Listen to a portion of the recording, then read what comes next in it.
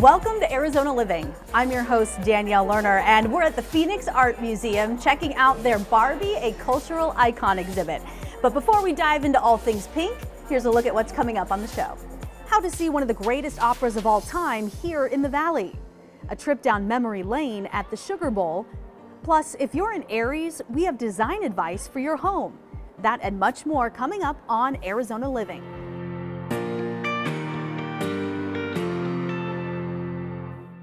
Barbie has certainly been a big part of pop culture for many years, but especially right now, we've got the movie out and so much excitement surrounding Barbie. So we are here at the Phoenix Art Museum. I'm joined by Helen Jean. Helen, thank you so much for having us here. So excited. Thank you for coming out. We're delighted to share this exciting project. Yeah, this is a wonderful exhibit. Can you start by telling us a little bit about how this exhibit, Barbie, a cultural icon, came to be? Sure. Barbie, a cultural icon, is a tour that we are very proud to present. It comes to us from Las Vegas, Nevada. It is curated by Karen Fetter, and it is all the collection of one person. David Porcello collected all of these objects over many, many years because he was fascinated with fashion, and in this instance, the incredible minuscule details in Barbie's prolific wardrobe. And there are several ways that folks can experience this exhibit and go through. Talk a little bit about that. There's a lot of ways that you can journey through Barbie's 65 years. First and foremost, you can look at her fashions, which is fascinating. You'll see full-scale ensembles, human size, that are examples of how Barbie was right in step with fashion. But you can also look at Barbie's careers throughout the different decades. And then by the end of the exhibition, you see that Barbie is offered in a variety of skin tones, body types, hairstyles, facial structures. Everything can be mixed and matched in such a variety of ways that there is a beautiful representation now for Barbie.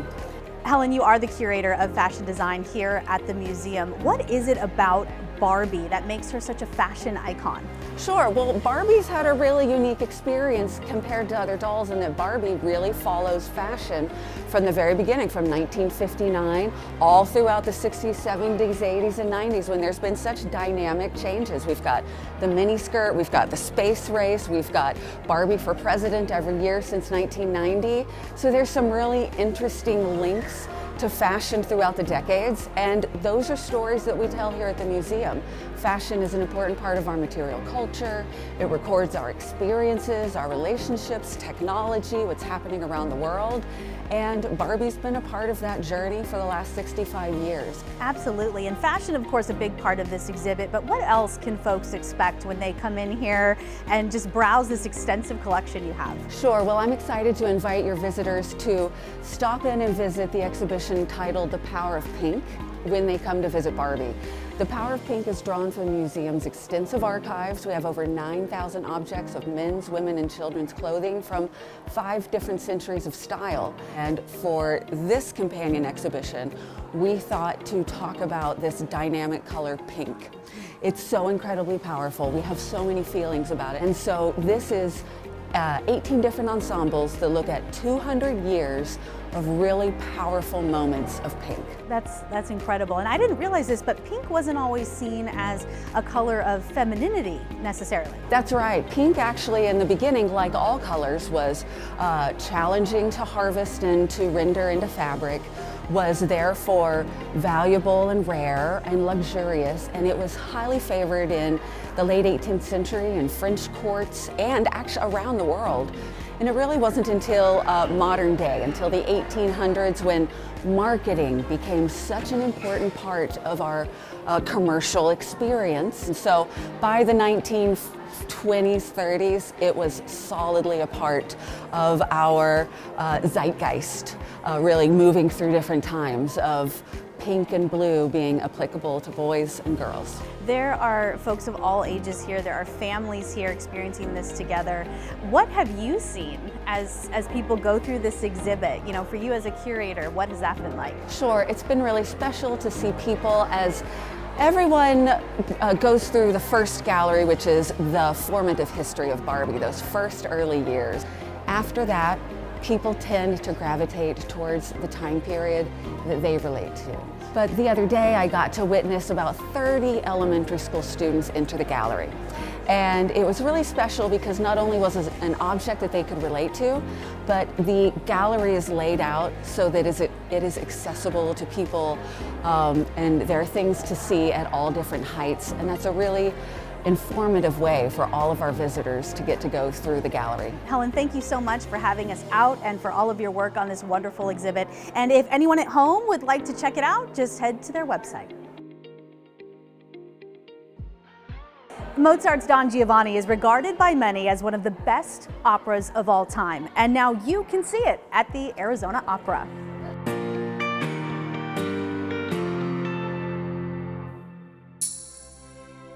Mozart's Don Giovanni really is considered one of Mozart's greatest operas and one of the greatest operas of all time because I think two main reasons. One is, I think the music, first of all. You can't get around the fact that Don Giovanni has some of the most miraculously wonderful music, and combine that with this plot. Don Giovanni is the great Don Juan story. Don Giovanni is this Lothario, this seducer. He is a person who thrives entirely on the most hedonistic elements of life, and most of all, his obsessive consumption of seducing women. And he doesn't care whether they're women of stature or peasant women, tall or short, you name it. It's a funny show because it's got these moments of completely sublime, transformational kind of music, and then just this really earthy topic of Don Juan. And of course we know those Don Juans in our lives too. But the reckoning does come for him in the end, and I think that's what makes it such a special piece. We have two wonderful Don Giovannis in this cast, Richard Oyarzabal and Joseph Lattanzi. Don Giovanni is a baritone role, very suave. Both of these singers, or I should say singing actors, have both incredibly beautiful voices, but are also very, very strong actors. Don Giovanni is performed in Italian with English and Spanish supertitles. So even if you don't speak any Italian and you speak predominantly English or Spanish, you'll be able to see the translations above the stage in real time. Arizona Opera's New Works Festival is coming for the first time to the Arizona Opera Center May 10th through 12th. Over the past decade, I would say, Arizona Opera has increasingly become known as an opera company that not only produces the great works from the traditional opera canon, such as Don Giovanni, but also commissioning and performing other new works as part of the building of a future for the art form of opera, and as a means to more fully fulfill our mission of connecting our community through the art form.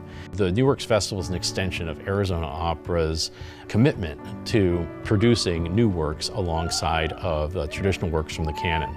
We'll have a playful environment in the plaza, food and drink and music and so forth, and opportunities for people to learn about the process of creating new operas. Whether you're an experienced opera person or a newcomer to the art form, it should be a really, really great time and great for anybody. The New Works Festival should be a great chance for people to just try samples of different kind of opera experiences and hopefully have a lot of fun doing it. To learn more about Don Giovanni or our New Works Festival, the best place to go is azopera.org, and you can also visit us on social media at azopera.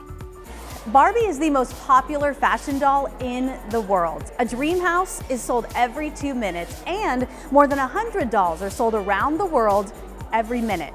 Now that's a cultural icon. Don't go away. Here's what's coming up on Arizona Living. Advised to keep your septic system in good working order. And in our next Arizona Legacy segment, we get a sweet treat at the Sugar Bowl.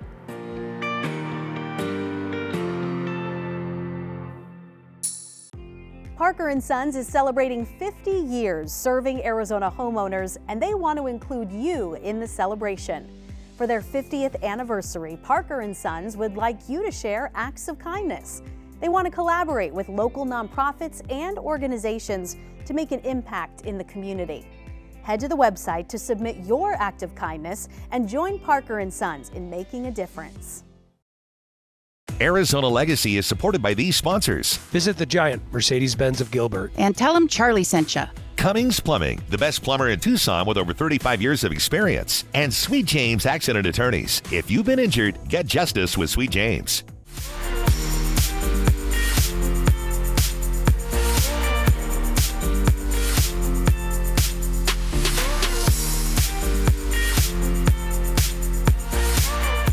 The name Sugar Bowl brings up a lot of sweet memories. For many of us, it's where we got our first scoop of ice cream as a kid.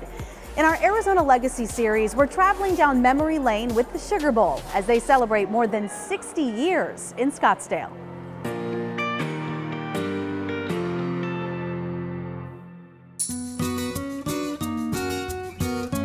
The Sugar Bowl is an iconic, true 1950s ice cream parlor restaurant. It opened in 1958, and literally it was a dirt road out here with hitching posts. So everything you see down here has pretty much grown around the Sugar Bowl. My Uncle Jack decided to open it because he loved the allure of Scottsdale, Paradise Valley. He started it because he needed a place to take his family. The building that became the Sugar Bowl was a Firestone tire dealership and a hardware store into this pink beauty that we have here. The pink decor came from my Uncle Jack traveling to San Francisco, and in I believe the Fairmont Hotel in San Francisco was a Blum's restaurant. And this is what he brought back and tried to replicate from that restaurant. He just loved the pink and the feel that it gives you. Uncle Jack sold me the restaurant in 1985. He was getting on in years and didn't want to put in the time and effort that he needed, and he tapped me on the shoulder. He said, "You want to be your own boss?" I said, "Yeah, that would be really cool." The ice cream is the driver. I mean, we are known as a ice cream, iconic ice cream destination. We seat 140 people, full service. So you don't find that very many places. And the ice cream is our gravy, and we have a full food menu. But that's not what we're known for. We're known for our creative ice cream treats. We've got all sorts of soups and sandwiches, green salads, fruit salads, and then a hot special every day that changes, and 3 pages of ice cream. So we devote 1 page to the food, and we got 3 pages to bring you in. For ice cream, it's our shakes and malts that we dish a lot of them. And then we have a 3-scoop banana split that's popular to split. It's hard to eat one yourself. So this is the original menu from 1958, and more decoration than actual product, but it is the same format. It's a lot of the same fun names: Pinnacle Peak Sundaes, Camelback sodas. That's all still in here, all integrated. I don't have to be real creative. I can just kind of keep things fresh and easy, and people come in and say, "Oh, 10 years ago," and I go, "Yep, still there." It's been great to have an association with Bill Keene, Family Circus. His family, young family, would come in here in the 60s and enjoy their time, family time. Bill has included us in many of his daily cartoons that go national and international. Well, it's very rewarding. Obviously, I'm blessed to have the vehicle to share with the community. We get people that come in, they're maybe 4 months a year residents or 6 months a year residents, and they fly into Sky Harbor, and they first stop, they come in here and have their favorite dish and say, "Thank you for being here." I think we're all desperate to hang on to what we have, what we enjoyed as a youth. We've got probably maybe 4th generation coming in here with their little baby, and they have their first scoop of ice cream here in the restaurant, and they'll remember it.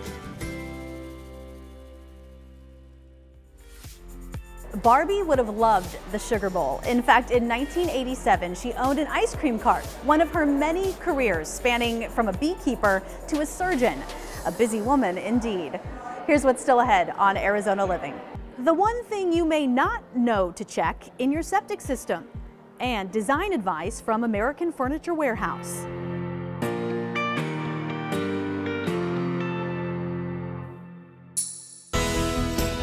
Hi, I'm Mike Goodine. I'm with Patio Furniture. We're going to talk about the new Decton tops.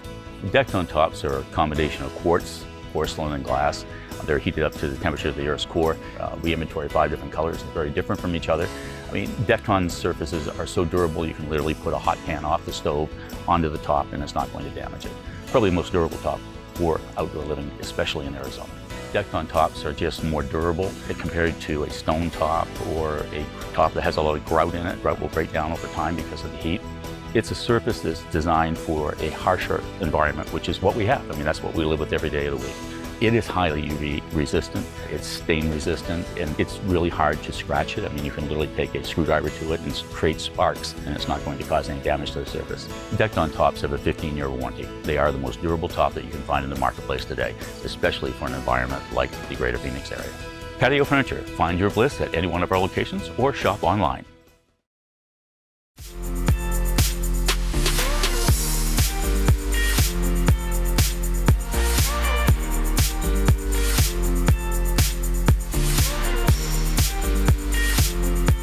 Many homes in Arizona have septic systems, and just like the rest of our household plumbing, some regular maintenance now can save you some big trouble later.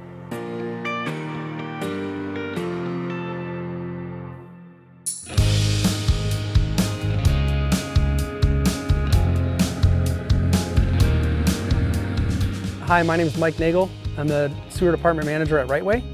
They take care of the day-to-day operations with the septic and sewer division between staff, office, field.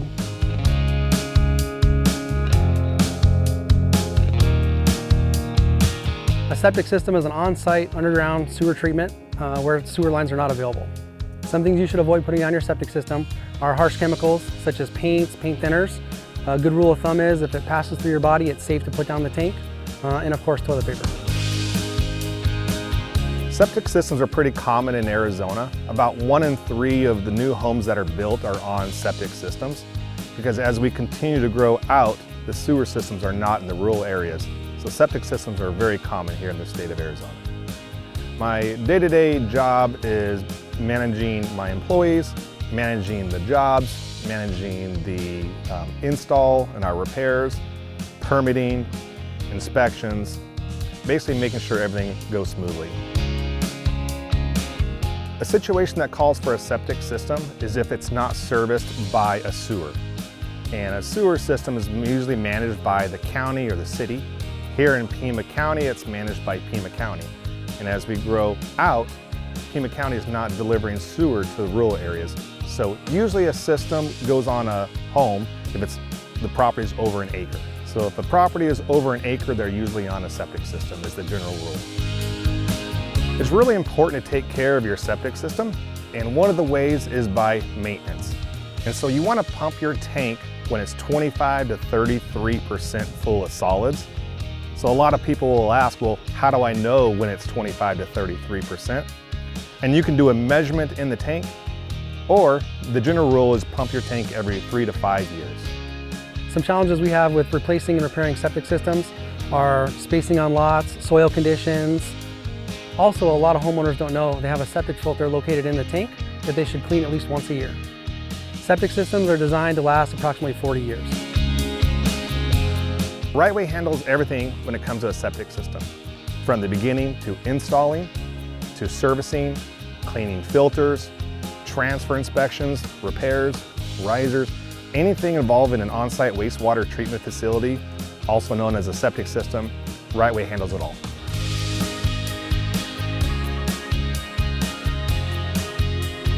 If you're having issues with your septic system or other home-related issues, call Rightway. And we are here to provide you expert solutions for you and your home.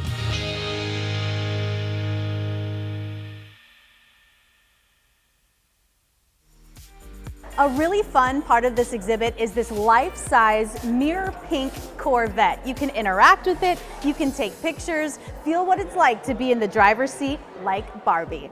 Don't go zooming off just yet though. Here's what's coming up on Arizona Living. How your zodiac sign can influence your design style.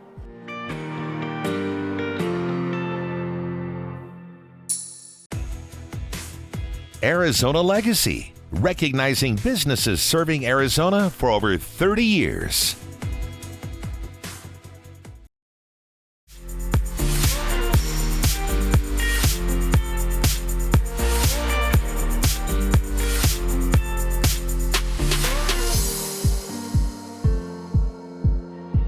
We continue our series on ways to design for your zodiac sign, and this month the designers discuss the first sign of the zodiac, Aries.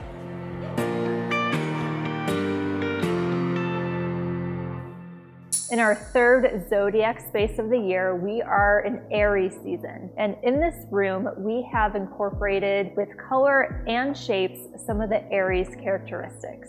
So Aries is known to be a fire sign. So when you think of fire, think of the color of fire. You have yellows and reds and even oranges. So we took the yellow inspiration from that sign, being a fire sign, and we've used it as a main focal point in this room. And if you think of fire being in a shape of a triangle, Aries, they love geometric shapes. So we have incorporated the triangle shape in the console and also the base of the coffee table and the end table. Aries also tend to like things very modern and clean, so in keeping with the geometric shapes, we incorporated a lot of metal in the room. As always, you can find everything in this room and more in store or at afw.com.